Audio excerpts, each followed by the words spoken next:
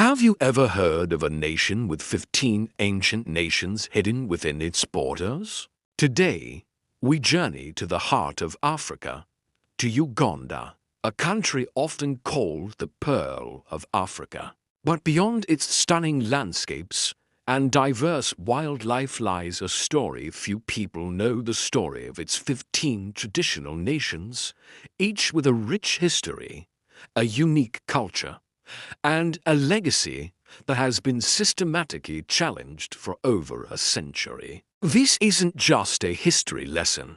It's an exploration of identity, survival, and the ongoing struggle to reclaim a lost heritage. Join us as we uncover the forgotten nations of Uganda. It all began over 100 years ago, before the straight lines of modern borders were drawn. Across Africa, this land was a vibrant tapestry of kingdoms and chiefdoms. From the powerful Buganda kingdom in the central region to the pastoralist Karamojong in the northeast, these nations had their own governance, their own laws, and their own deep spiritual connection to the land. They were self-sufficient, with complex social structures and economies that had thrived for centuries. But this intricate world was about to be turned upside down. The arrival of colonial powers marked the beginning of a deliberate process of de-identification.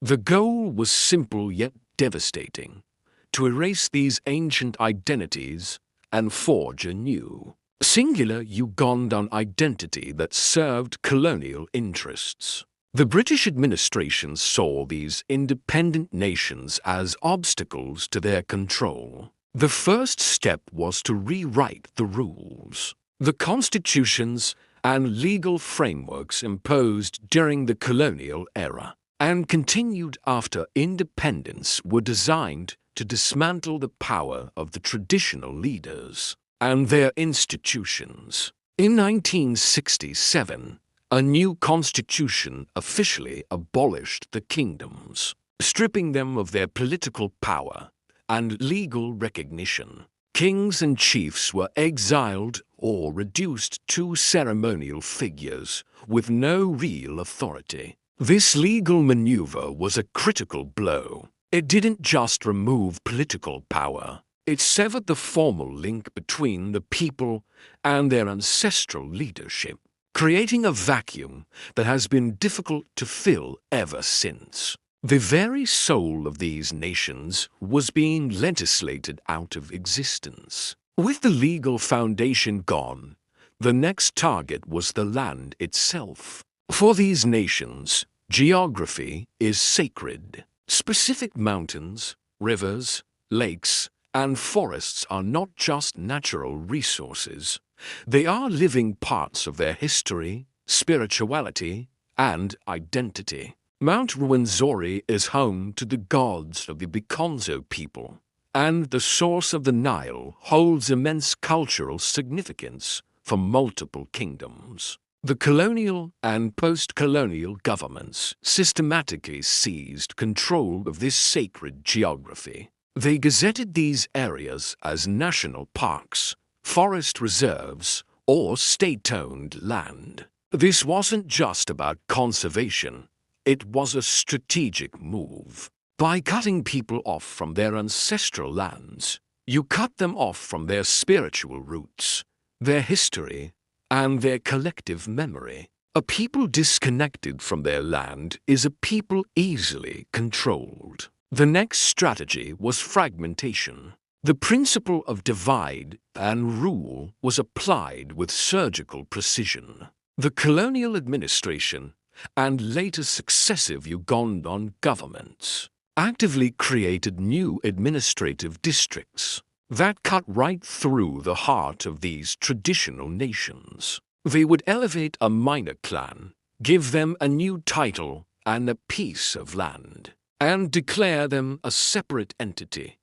This created internal conflicts and rivalries that weakened the larger nations from within. What was once a unified kingdom or chiefdom became a patchwork of bickering subgroups. groups, each vying for recognition and resources from the central government. This fragmentation made it nearly impossible for the original nations to speak with a single, powerful voice as generations passed. This systematic dismantling led to a catastrophic loss of knowledge. The elders who held the oral histories, the intricate details of cultural protocols, the spiritual wisdom, and the knowledge of traditional governance began to pass away. With the formal institutions abolished and the youth being educated in a system that ignored their heritage, there was no official mechanism to pass this wisdom on.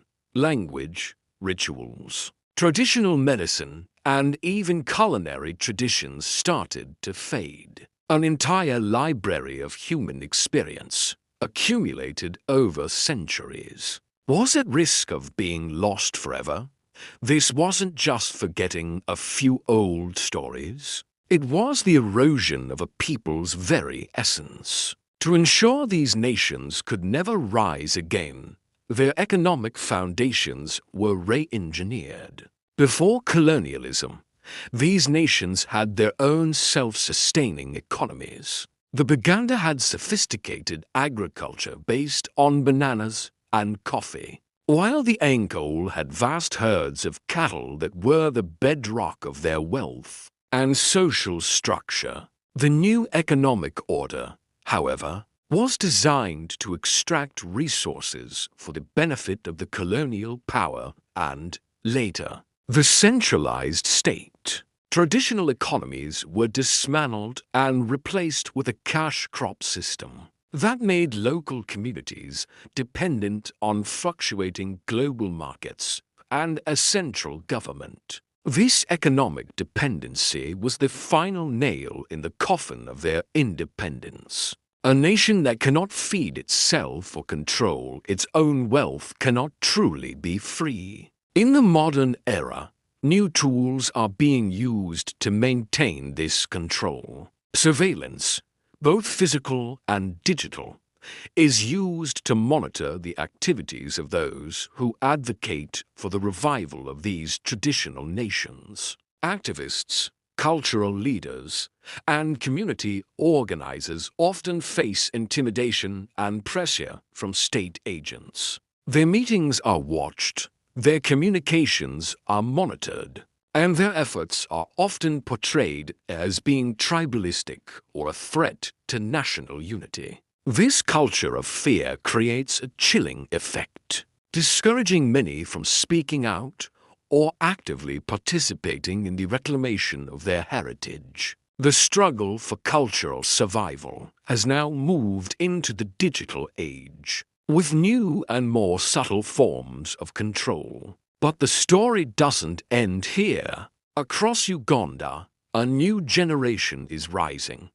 They are using social media, academic research, and community organizing to piece together their lost history. There are powerful calls to action reverberating through these communities.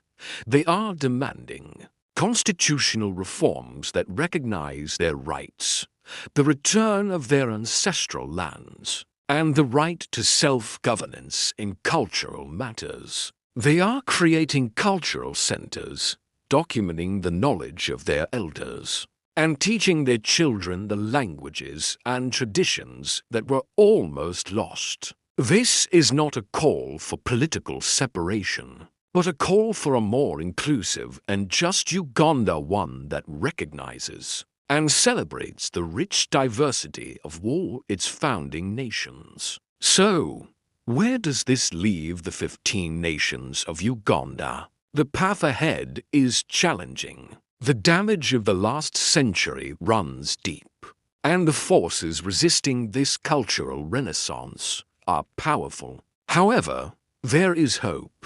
The resilience of these communities and the passion of the new generation are formidable. The future of Uganda may not be a return to the past, but it could be a future where modernity and tradition coexist. where a unified national identity is built not on the erasure of diversity, but on the celebration of it. The story of Uganda's forgotten nations is a powerful reminder that while you can break a crown and seize a throne, you can never truly extinguish the spirit of a people. Thank you so much for joining us on this journey. The story of these nations is complex and ongoing. If you found this documentary insightful, please like, share, and subscribe to our channel for more stories that challenge the way we see the world. What are your thoughts?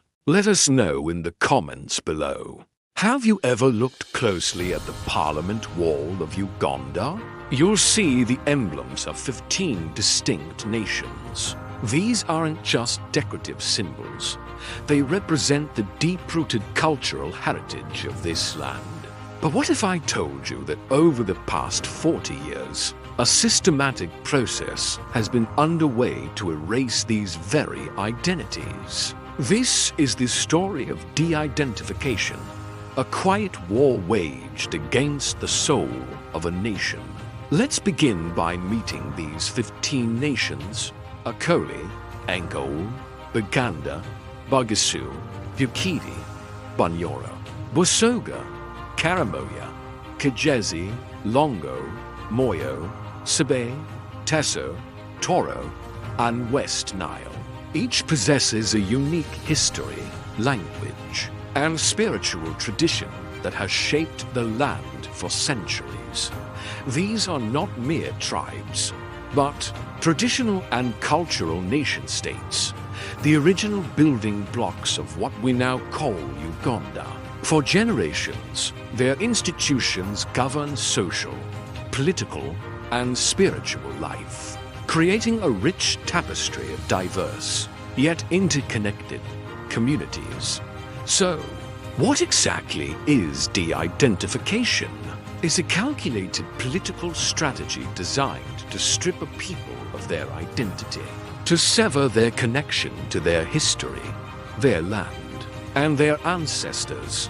It works by making their culture seem irrelevant, their institutions powerless, and their history forgotten. The goal is to replace a strong, rooted identity with a generic, state-controlled one, making the population easier to manage and control. It is a form of cultural erasure that doesn't always involve physical violence, but is just as devastating to a people's spirit and future. This assault began to take a formal shape with the 1995 Constitution. On the surface, it seemed to recognize traditional leaders and institutions. But in reality, it was a clever maneuver.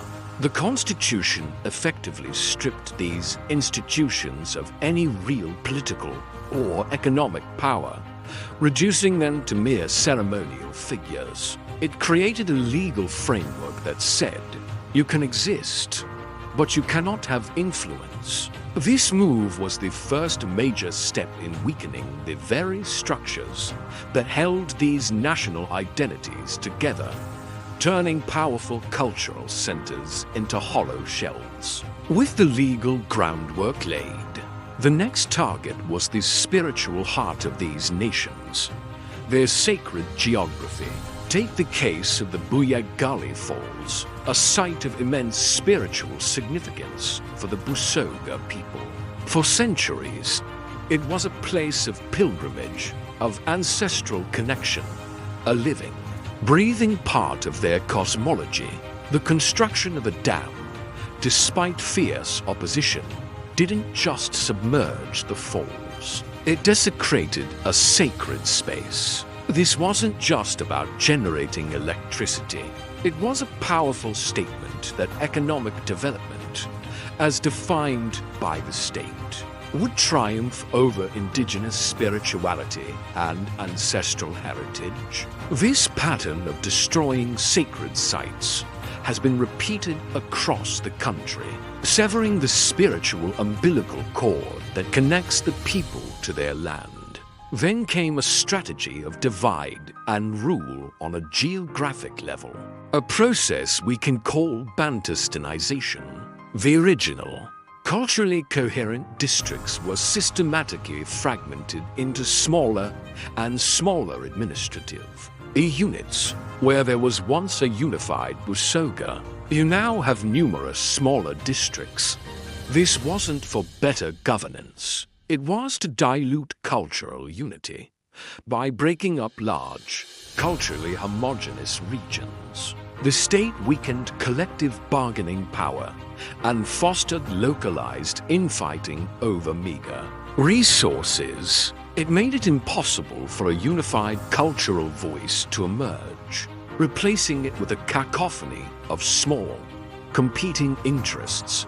Simultaneously, an attack was launched on the very mind of the nation. The rural intelligentsia.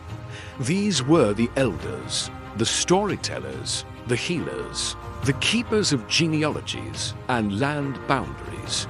They were the living libraries of their communities, holding vast stores of intergenerational knowledge. Through the neglect of rural areas and the imposition of a Western-style education system that devalues traditional wisdom, this vital class of intellectuals has been marginalized. When an elder dies, it's not just a person who is lost. It's a library that burns down. This has created a devastating knowledge gap, leaving younger generations adrift, disconnected from the wisdom of their ancestors. The economic sphere was also weaponized. State-led programs, often funded by international bodies, were introduced with the promise of poverty eradication. However, these programs often came with strings attached. They promoted cash crops over subsistence farming, disrupting traditional food systems and creating dependency on volatile global markets. By controlling the economic lifelines of rural communities, the state could re-engineer society from the ground up, rewarding compliance and punishing dissent. This economic control further eroded the self-sufficiency and autonomy of traditional communities, making them more reliant on the central government for their very survival. Finally, we see the dual tactics of demographic engineering and the rise of a surveillance state. People have been strategically moved and resettled, blurring traditional ethnic boundaries and creating new social tensions. At the same time, the national ID system, while presented as a tool for modernization, has become a powerful instrument of surveillance. By collecting vast amounts of data, the state can monitor and control the population with unprecedented efficiency. This creates a climate of fear, where expressing a strong cultural identity can be seen as subversive, further encouraging people to abandon their heritage in favor of a non-threatening, state-approved persona. So, after 40 years of this relentless process, what is to be done? Is the situation hopeless? Absolutely not. Here is a 5-point action plan for cultural reclamation. First, cultural re-education. We must actively teach our children our languages, our histories, and our traditions. Second, re-sanctify the land. We must identify and protect our remaining sacred sites and work to reclaim those that have been desecrated. Third, rebuild rural intelligentsia. We must create platforms for elders to transmit their knowledge to the youth. Fourth, economic sovereignty. We need to build local, sustainable economies that are rooted in our own traditions and values, not imposed from outside. Fifth, digital archiving. We must use modern technology to record and preserve our oral histories language, is, and cultural practices for future generations. We end where we began, with the emblems on the Parliament wall. These symbols represent a profound choice. Do they stand as a memorial to what has been lost? A relic of a vibrant past erased by a 40-year campaign of de-identification? Or can they become a symbol of resurgence? A rallying point for the reclamation of identity and the restoration of the diverse nations. That are the true foundation of Uganda. The future is not yet written. The choice belongs to this generation. Thank you for watching. If this story resonates with you, please like, share, and subscribe to our channel to join the conversation about cultural preservation and identity. The old men and women of Uganda's 15 nations. Our inherited libraries, priceless repositories of knowledge about ecosystems, healthcare, agriculture, governance, spirituality, and history. There is no national policy to document, preserve, or transmit this knowledge. Traditional healthcare systems are displaced. Conservation wisdom developed over centuries is replaced by state conservation. That excludes local communities. The regime has deployed economic programs Operation Wealth Creation, MIOGA, the parish development model that function as instruments of social re-engineering. These programs are individualistic and anti-community. They replace collective security with individualized relationships to the state. The extended family system, which distributed risk and transmitted skills across generations, is systematically dismantled. The regime has pursued demographic penetration.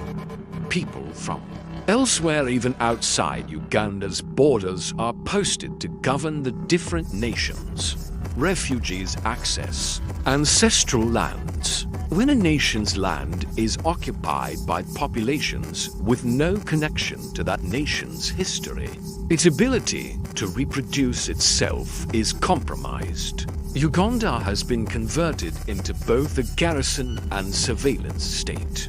People live under fear and silence. The social fabric that held the nation-states together is fraying, and no new fabric is being woven, only the cold threads of state surveillance. The 15 traditional cultural nation-states have survived colonialism. They survived Obote, the abolition of monarchies, and the violence of Luwera. Whether they survive 40 years of de-identification remains an open question. The task is to imagine and build a different kind of unity, one based not on the power of the gun, but on the power of mutual recognition, not on the erasure of identity, but on its affirmation. The emblems are not symbols of a dead past, but evidence of a living presence. The question is whether that presence will survive another 40 years, or whether the project of de-identification will finally succeed in turning nations into populations, peoples into problems, and inherited libraries into ash. In the heart of Uganda, across its 15 nations, live the true inherited libraries. These aren't buildings made of brick and mortar, but the old men and women who hold within them a universe of knowledge. They are priceless repositories of wisdom about ecosystems, healthcare, agriculture, governance, spirituality, and the deep, winding rivers of our history. For generations, this knowledge was passed down, a sacred trust from elder to youth, ensuring the survival and prosperity of their communities. But today, a silent crisis is unfolding. There's a famous saying, when an elder dies, a library burns. In Uganda, these libraries are burning daily, unnoticed and unrecorded. As the youth are drawn away from their villages towards the cities, chasing different dreams, the threads of this ancient wisdom are fraying. The classrooms of the past, held under the shade of a tree or by the warmth of a fire, are slowly emptying. We are witnessing the destruction of a rural intelligentsia, a loss so profound it's hard to measure. Every elder who passes away takes with them a unique collection of stories, skills, and insights that can never be fully recovered. This isn't just a loss of tradition. It's a loss of practical, time-tested solutions to the very real challenges we face today. We must act now to preserve this invaluable heritage before the last pages turn to ash. Thank you for watching. Don't forget to subscribe to learn more. Uganda, a nation of stunning beauty and complex history. Since gaining independence in 1962, its path has been anything but straight. The constitution, the very bedrock of the nation, has been amended multiple times, often sparking intense debate and shaping the country's political landscape in profound ways. These changes haven't just happened in Parliament. Their effects ripple out across the land and its people. Take, for example, Busoga Falls. For centuries, this was a sacred site, a place of spiritual power and cultural significance for the Busoga people. But the push for development led to the construction of a hydroelectric dam, submerging the falls and forever altering a landscape tied to ancestral spirits and tradition. This story is a powerful symbol of the tension between progress and heritage, a conflict seen across the country. At the same time, Uganda has undergone immense administrative fragmentation. The original districts have been subdivided again and again, creating a mosaic of over 100 districts today. While intended to bring services closer to the people, this division has also been criticized for fueling ethnic politics and straining national unity. From constitutional debates in Kampala to the submerged falls of the Nile, and the creation of new district boundaries, the story of modern Uganda is one of constant change, a nation continually redefining itself. Join us as we explore the forces that have shaped this vibrant African nation. On the walls of Uganda's parliament, just above the entrance, rest the emblems of 15 distinct nations. They are not mere decorations or tribal relics. They are the surviving evidence of nations that the British invaded and conquered, but did not significantly disfigure. 40 years ago, President Museveni announced, "This is not a mere change of guards, but a fundamental change." Few understood what this meant. 40 years later, we are beginning to see. When the British created Uganda in 1894, they did not invent a country from nothing. They wove together 15 distinct nations, with their own histories, languages, territories, and ways of life. Each of these nations possessed sacred places, specific languages, natural belonging, ecological boundaries, particular agroecological systems, distinct genetics, unique spiritualities, cultural seeds, conservation ethos, naming systems, healthcare based on nature, burial practices, and distinguishing diets. To de-identify a people is to attack the things that make them a people. This is not conquest in the traditional sense. This is something more profound, the gradual, systematic erasure of the very categories that allow a people to recognize themselves. The peace, security, and stability so often celebrated by the regime are not organic, they are imposed by force. When a population lives under perpetual threat of state violence, the absence of open conflict is not peace, it is paralysis.